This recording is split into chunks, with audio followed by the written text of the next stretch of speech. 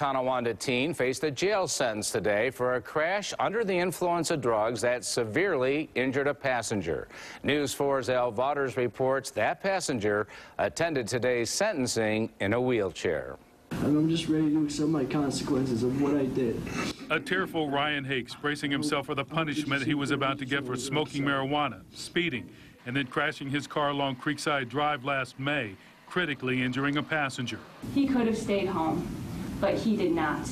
He made a series of deliberate choices that resulted in this horrific crash. The force of the impact ejected Amir Jassim, a fellow Sweet Home High School student, from the back seat and into the Tonawanda Creek bed.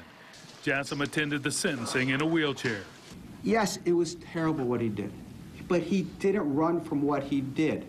He tried to help what he could at that point in time. Hakes then apologized to Amir and his family, saying he would gladly change places. If I could do this, it would be me in that wheelchair, not him.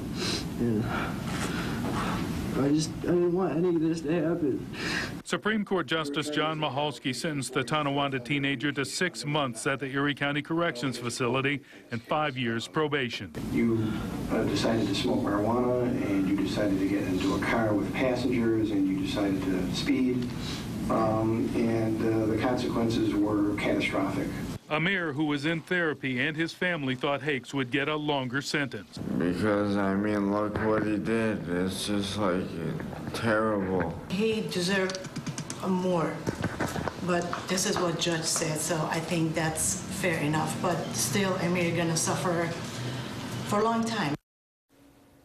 Hakes' sentence follows his guilty pleas back in September for vehicular assault and driving while impaired by drugs. During his 5-year probation, Hakes' license is revoked for a year. He's subject to random drug tests, warrantless searches, and 250 hours of community service. Al Vaughters, News 4 at 6.